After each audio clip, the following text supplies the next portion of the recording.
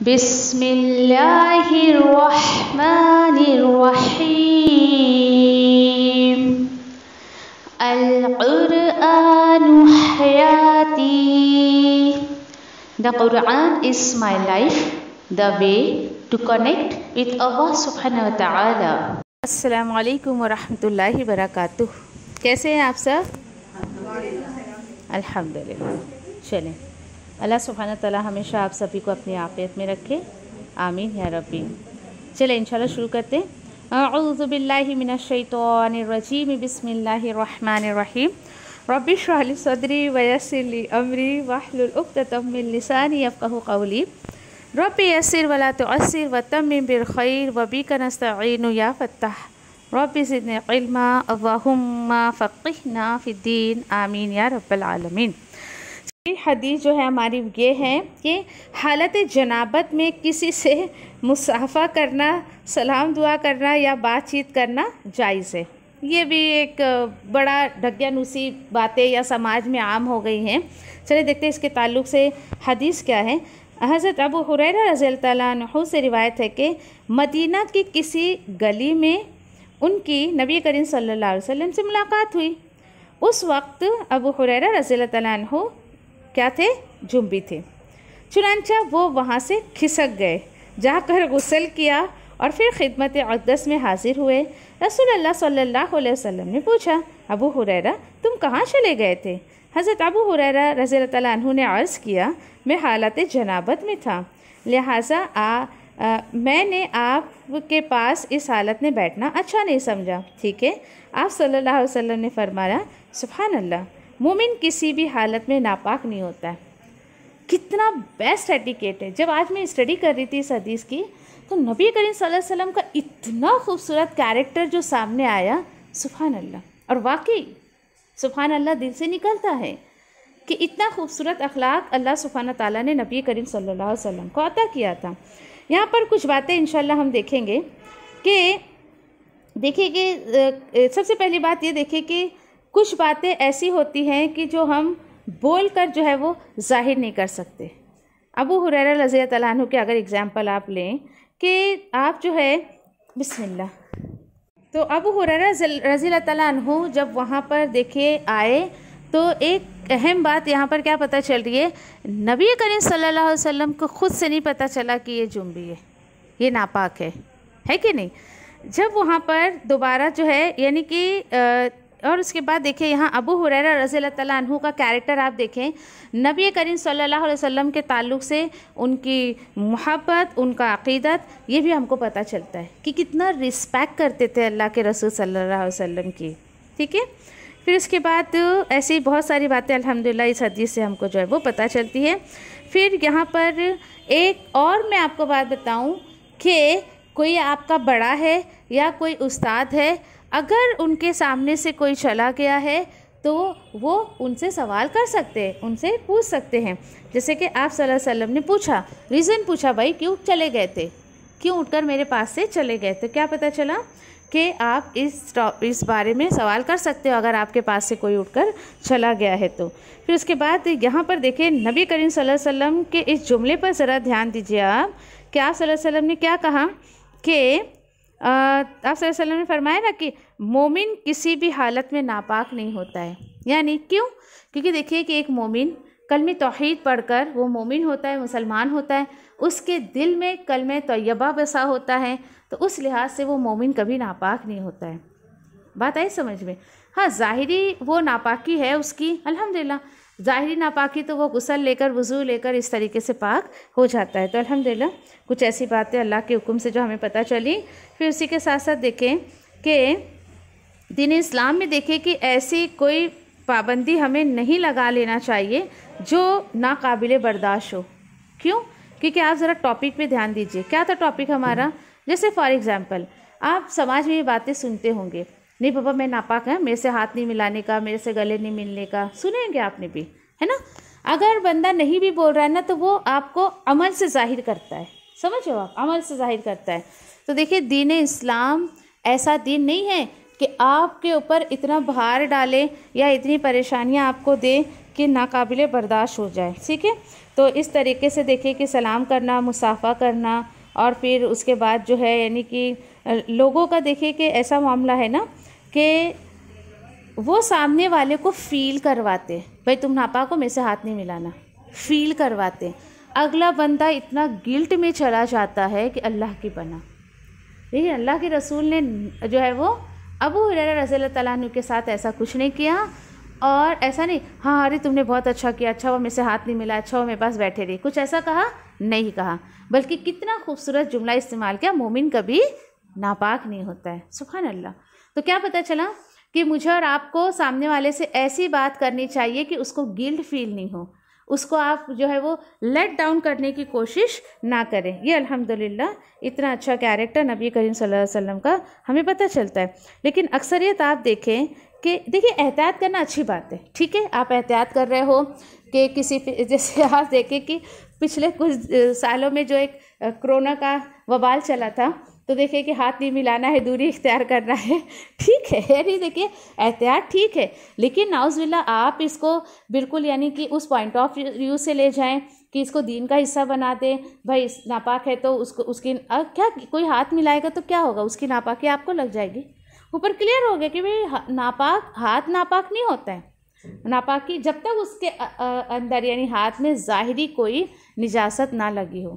तो देखिए अल्हम्दुलिल्लाह कितनी बातें अल्हम्दुलिल्लाह ऐसी क्लियर हो जाती है। ठीक है, फिर उसके बाद देखिए अच्छा एक बात शेयर करूं मैं आपसे, किसी की शेयरिंग थी ये कि किसी का ऐसा शेयरिंग थी कि अरे ये पता है हम तो इतना एहतियात करते हैं कि जैसे कि भाई हमारे घर में जब पीर साहब आते हैं और जब उनके लिए मुझे सुबह उठकर नाश्ता या खाना बनाना होता है तो मैं पहले पूरी तरीके से अपने आप को पाक साफ़ करती हूँ, उसके बाद फिर मैं उनके लिए खाना बनाती हूँ। तो अब आप सोचें ज़रा, क्या दीन हमें ये सिखाता है? ये नहीं सिखाता है हमें दीन। यानी ये क्या है, यानी जिस चीज़ को जहाँ रखना है दीन चाहता है कि तुम उस चीज़ को वहीं पर जो है वो रखें। और ऐसा तकद्दुस कि भाई इसके लिए खाना पकाना है तो पहले मैं गुस्ल लूँ और पहले मैं ऐसा करूँ वैसा करूँ, जी नहीं, ये बात दुरुस्त नहीं है, ऐसा नहीं करना चाहिए।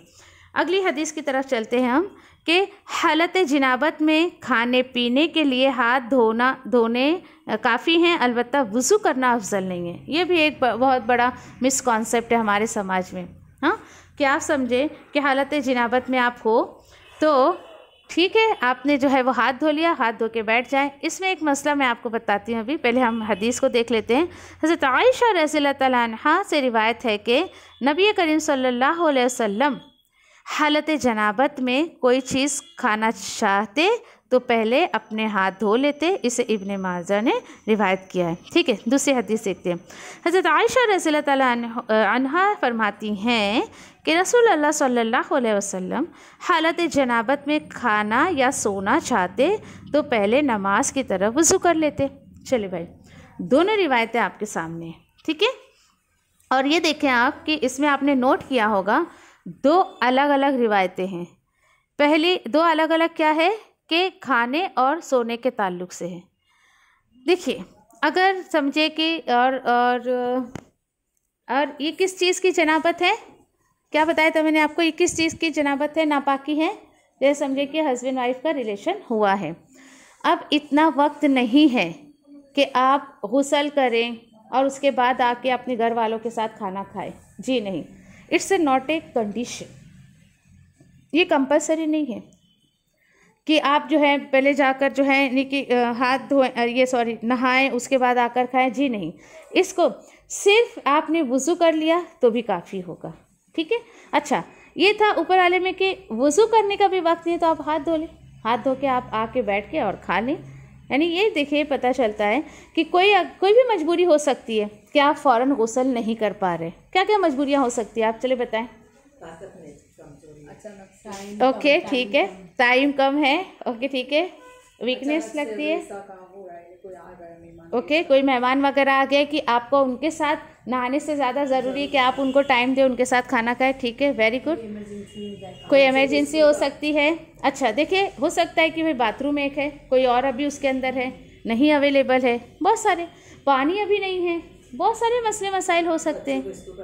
यस हाँ, तो अब आप देखें कि यानी इतनी इतनी रुखसतें दी गई हैं, अल्लाह ने इतनी आसानियाँ रखी हैं। अच्छा, और फिर उसके बाद देखिए कि इतना वक्त नहीं है कि आप जाएं नहाएं और खाने, घर वाले खाने पे वेट कर रहे हैं तो कोई बात नहीं, आप वज़ू करके आएँ, आप हाथ धो के आएँ, घर वालों के साथ बैठ जाएं, खाना पीना खाएं, आप खा लें और उसके बाद जो है वक्त दें उनको, बाद में आप जाएँ गुस्ले जनाबत कर लें। इसी तरीके से इसमें एक मसला ये भी आता है कि फॉर एग्ज़ाम्पल रमज़ान के महीने में ना ज़रूरत महसूस हो गई हस्बैंड वाइफ को, रात में उन्होंने चलो भाई कर लिया सेक्स, अब उसके बाद सहरी का वक्त हो गया है, अब आपके पास इतना वक्त है या तो आप खा लें या तो आप नहा लें। तो यहाँ क्या देखा जाएगा? यस, ज़रूरी चीज़ क्या है? सहरी करना। क्यों? क्योंकि गुस्ल आप बाद में भी ले सकते हो। नमाज से पहले ये है कि आपको जो है नमाज से पहले आपको गुस्ल लेना ज़रूरी है, दैट इज़ कंपल्सरी। ठीक है, तो लेकिन अल्लाह की पनाह, रमज़ान का महीना जो शुरू होगा तो इतने कॉल्स हमारे पास आते हैं कि हमारी सास तो ऐसा, हमारी सास तो वैसा, और इसी चक्कर में एक महीना हस्बैंड के पास सोने ही नहीं देते बेचारे हस्बैंड वाइफ। मुझे तो बड़ा तरस आता है ऐसे लोगों पर। अरे जिस चीज़ के लिए अल्लाह ने मना नहीं किया है तो इंसान कौन होता है उस चीज़ के लिए रोकने वाला? सोचिए, ये ला इल्मी की अलामत है, ये जहालत की अलामत है। अल्लाह ने उस चीज़ की कुरान में परमिशन दे दी कि रात में, रमज़ान की रात में तुम जाओ अपने शौहर बीवी के पास रहे, बीवी शौहर के पास रहे, और इंसान खुदा बना बैठा है। अस्तगफिरुल्लाह। सोचिए ज़रा आप। उसी के साथ साथ देखिए, हमें भी ऐसे डरावे दिए गए थे कि नहीं सुबह जल्दी नहा लेने का, नहीं तो जितने जिस्म में बाल है, जितने सर में बाल है, उतने गुनाह मिलते ना, ऐसा मिलते ना वैसा मिलते। अल्लाह की पनाह। खैर मैं तो किसी की बातों में आई नहीं, नॉलेज तो इतनी थी नहीं, लेकिन अल्हम्दुलिल्लाह। देखिए फितरत भी तो कोई चीज़ होती ना, अल्लाह सुब्हाना ताला ने इंसान की फितरत पर वही चीज़ें डाली है जो उसको समझ में आए, जो वो कर सकता है। लोगों के कहने के मेरी तो अकल से बाहर ही थी ये बातें। ये क्या बात हो गई, सर के जितने सर में बाल है उतने गुनाह मिलते? अल्लाह की पनाह। फिर मैं तो सीधा ही बोलती थी भाई मुझे रिवायत दे दो आप, मैं तो मान लूँगी आपकी बात। अल्लाह का शुक्र है, अल्लाह ने बहुत सारी चीज़ों से बचाया। ये अकल को बात नहीं लगती है। हाँ, मैं किसी को, मैंने अल्हम्दुलिल्लाह कभी आज तक किसी को ऐसा नहीं कहा। ये मैं समझा देती हूँ, जितनी जल्दी आप पाके हासिल कर लोगे कर लो। इस डरावे से मैं आपको बताऊं, हमारी फैमिली में एक लड़की की शादी हुई और अल्लाह की पनाह कि उसे इतना डराया गया कि भाई वो बच्ची अगर अपने शौहर से रात को 2 बजे मिल रही है तो 2 बजे गुस्ल कर रही है, 3 बजे मिल रही है तो 3 बजे गुस्ल कर रही है। अब सोचें क्या हालत उस बच्ची की हुई कि वो अंदर से बीमार हो गई, उसको टीबी की बीमारी हो गई। पता है आपको क्यों? क्योंकि टीबी कैसे होती है, अंदर कफ जमा हो गया, आपको निमोनिया हो गया और वो होते होते टीबी तक पहुंच जाता है। तो आप सोचिए ज़रा, इतना भी मत डराएं कि अगला बंदा अपनी सेहत ही ख़राब कर दे, ऐसा नहीं होना चाहिए। तो देखिए सही तालीमात नहीं होने की वजह से इंसान ऐसे ऐसे नुकसानात उठाता है, तो ऐसा मत करें।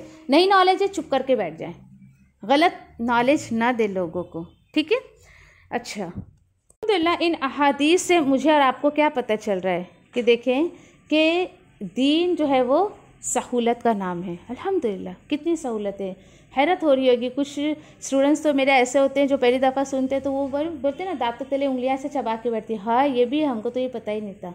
और जिनकी तो उम्र निकल गई वो तो सोचते न जाने क्या क्या गलतियाँ करके हम बैठे हैं। तो कोई बात नहीं, आगे आपके बच्चे हैं, बहू हैं, बच्चों के बच्चे हैं, बच्चों के बच्चे हैं, जो भी रहेंगे आप उनको समझाएं, उनको सिखाएं। ठीक है, इंशाअल्लाह अल्लाह सुब्हाना तआला जब हमें इल्म दे दे उसका शुक्र है। ओके, फिर अगली हदीस पर चलते हैं कि ये जो है वो जुम्बी मस्जिद से गुज़र सकता है लेकिन ठहर नहीं सकता। ये भी एक बहुत अहम मसला है। ठीक है, और वो क्या है? हज़रत जाबिर रज़ी अल्लाह तआला अन्हु फरमाते हैं कि हम हालत जिनाबत में मस्जिद से गुज़र जाया करते थे। इसे सईद बिन मंसूर ने रिवायत किया है। ये असल में क्या है पता है आपको कि मस्जिद में देखिए कि ठहरना मना है। और आप देखिए कि नबी करीम सल्लल्लाहु अलैहि वसल्लम के दौर में तो अक्सर ऐसा होता था कि जो मस्जिद का जो पोजीशन था ना, अक्सर सहाबा का घर जो है वो मस्जिद से गुज़र कर ही आता था। एंड बी केयरफुल कि ठहरने को मना किया गया है, ठहरने का नहीं जिनाबत की हालत में। हाँ, आपका गुज़र हो रहा है, वहाँ से आपको वहाँ से जाना है, आपके घर का रास्ता है तो आप वहाँ से जा सकते हो। ठीक है, चले। और उसी के साथ साथ देखिए कि फॉर एग्ज़ाम्पल अगर उसमें अगर समझिए कोई इमाम है, अगर या कोई मस्जिद का ऐसा बंदा है कि जुम्बी है लेकिन उसको मस्जिद से जाना है, तो ये कंडीशन ही रखे भाई तो गुज़र ही नहीं सकता, बेचारा कहाँ जाएगा, गुजरेगा नहीं तो क्या करे, उसको गुजरने दे। फिर उसके बाद अल्हम्दुलिल्लाह सूरह निसा में भी हमने इस चीज़ को पढ़ा है कि अल्लाह सुब्हान तआला ख़ुद जो है वो इजाज़त देते हैं कि अगर वो जिनाबत की हालत में मस्जिद से गुज़र हो रहा है तो वो गुज़र सकता है अल्हम्दुलिल्लाह। और फिर देखिए कि ज़रूरत इंसान को जो है वो पूरी कर लेनी है लेकिन वहाँ पर ठहरना नहीं है। अगली हदीस पर हम देखते हैं कि हालत जनाबत में ज़बानी अल्लाह का ज़िक्र करना जायज़ है। Good, okay. हज़रत आयशा रज़ियल्लाहु तआला अन्हा फरमाती हैं कि नबी करीम सल्लल्लाहु अलैहि वसल्लम हर हालत में अल्लाह का ज़िक्र किया करते थे। सुभान अल्लाह, देखिए इसे मुस्लिम ने रिवायत किया है। आज देखिए कि आज भी लोगों की इतनी कि लोगों के दरमियान इतनी गलत फहमियाँ हैं कि अगर कोई जिनाबत की हालत में है, किसी भी तरीके की नापाकी है, वो हैज़ की हो सकती है, वो कि हस्बैंड वाइफ के रिलेशन की हो सकती है, या दूसरी कोई भी ऐसी नापाकी हो सकती है, तो क्या है, अल्लाह का जिक्र नहीं कर सकते। अल्लाहु अकबर।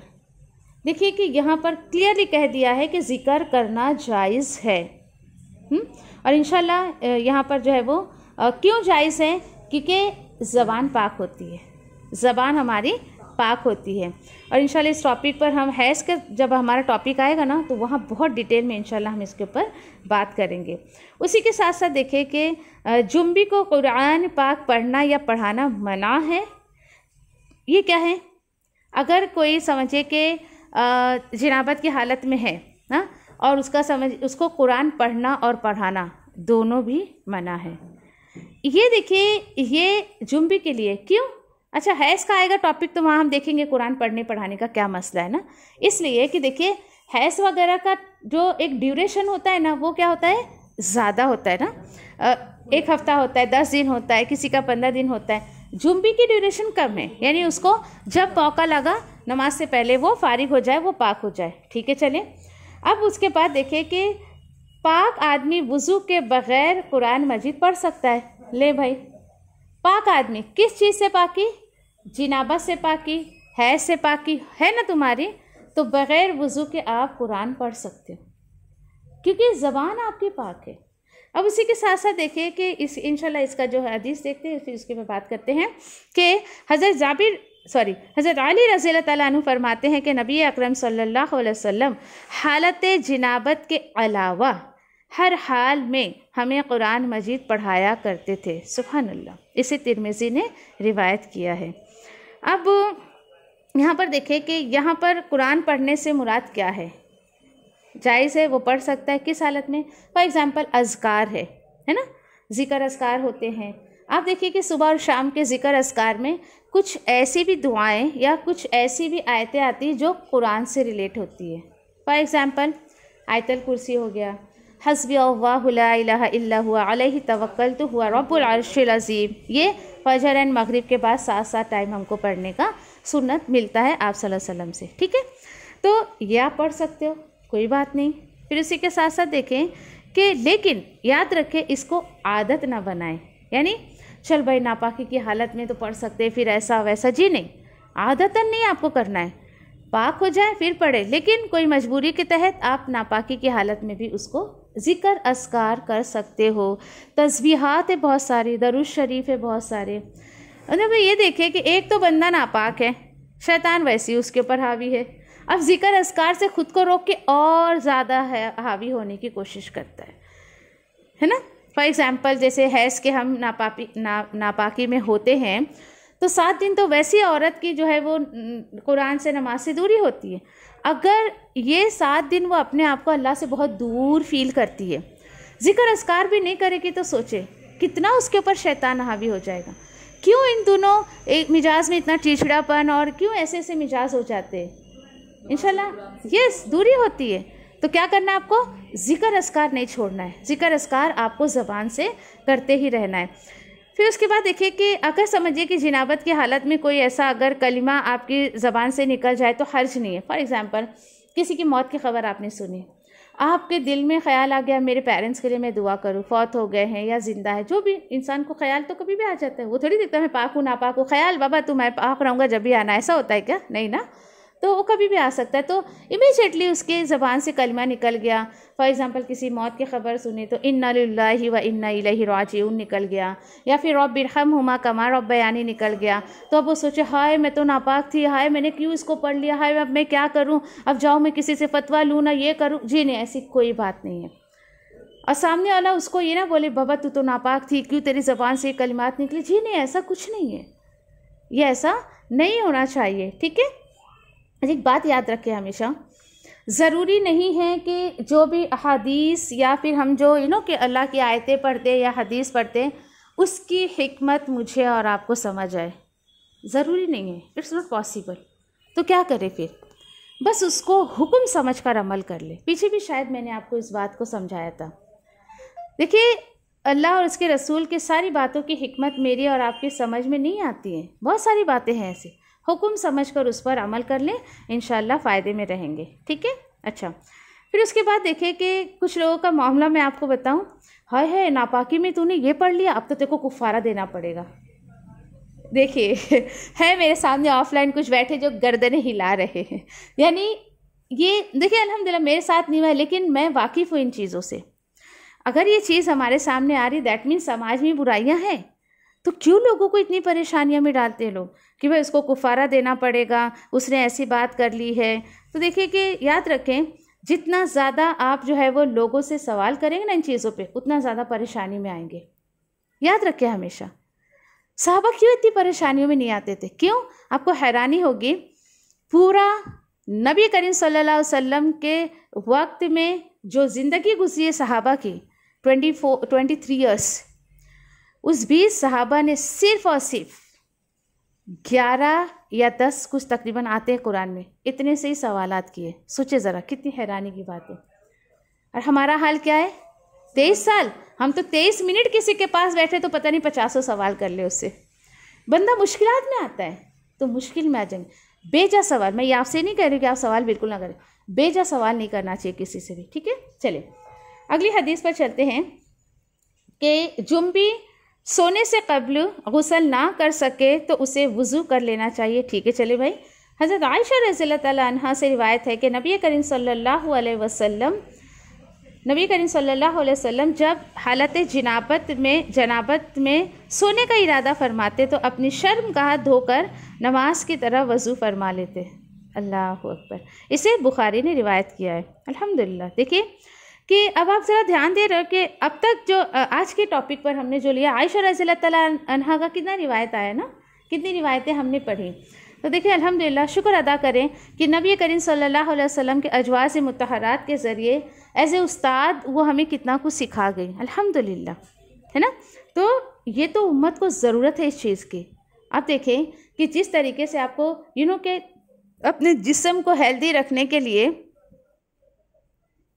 फूड खाना पड़ता है, खाना आप खाते हो, उसी तरीके से देखें कि अपने ईमान को, अपने रूह को ज़िंदा रखने के लिए इल्म हासिल किया करें, ताकि आपकी रूह अंदर से जो है वो ज़िंदा रहे। तो अल्हम्दुलिल्लाह ये बात हो गई। चलें, यानी ये देखें कि अभी समझे कि किसी ने अपने के हस्बैंड वाइफ का रिलेशन हुआ है, अभी सोने की हाजत है, इस वक्त भाई ऐसा है कि मैं जो है वो गुस्ल नहीं कर सकती हूँ। देखिए कितनी रुख्सत दी गई है। ठीक है, आप वज़ू करके सो जाओ। अब कितने लोग तो ऐसे होते हैं कि वज़ू भी नहीं करते, भाई नींद ही ना उड़ जाए, होता है। इवन माई सेल्फ, मेरे साथ ही होता है ऐसा। तो खैर जो है वो आप अगर गुस्ल ना कर सके तो आप वज़ू कर लिया करें। अच्छा, वो भी ना करें तो कम से कम अपनी शर्मगाह को धोकर सोए। ठीक है, और वो भी एक वो गंदगी भी होती है, क्योंकि मेरी तबीयत भी थोड़ी अजीब ऐसी है ना कि मैं तो उस चीज़ को उस वक्त लेकर सो भी नहीं सकती, बर्दाश्त भी नहीं कर सकती। तो खैर सबके अपने अपने मिजाज होते हैं और जो है वो अपनी अपनी तबीयत के हिसाब से इंसान काम करता है। ठीक है, देखिए कुछ लोगों का ऐसा होता है कि उस वक्त उनको वो भी सहूलत नहीं है ना, कि उनके कमरे में वॉशरूम नहीं है, तो कम से कम देखिए आप इतना तो कर सकते हैं। हाँ, आप टिशू ले, कोई वेस्टेज ऐसा क्लॉथ उस वक्त रख कर सोए कि आप नीट एंड क्लीन करके उस कपड़े को अलग रखें, ताकि अगले दिन आप उसको पाक करके उसको रखें। प्राइवेसी नहीं है, देखिए मैं मान सकती हूँ कि बहुत सारे लोगों को नहीं प्राइवेसी मिलती है, हो सकता है घर के मसले होते हैं, के जगह के मसले होते हैं, लेकिन एक बंदा अगर नीट एंड क्लीन अगर ये करना चाहता है तो वो कर सकता है। ठीक है। सुब्हानल्लाहि व बिहम्दिही सुब्हानकल्लाहुम्मा व बिहम्दिका नशहदु अल्ला इलाहा इल्ला अंता नस्तगफिरुका व नतूबु इलैक रब्बना तक़ब्बल मिन्ना इन्नका अंतस समीउल अलीम व तुब अलैना इन्नका अंतत तव्वाबुर रहीम आमीन या रब्बल आलमीन। जज़ाकुमुल्लाहु खैर। अस्सलामु अलैकुम व रहमतुल्लाहि व बरकातुहू।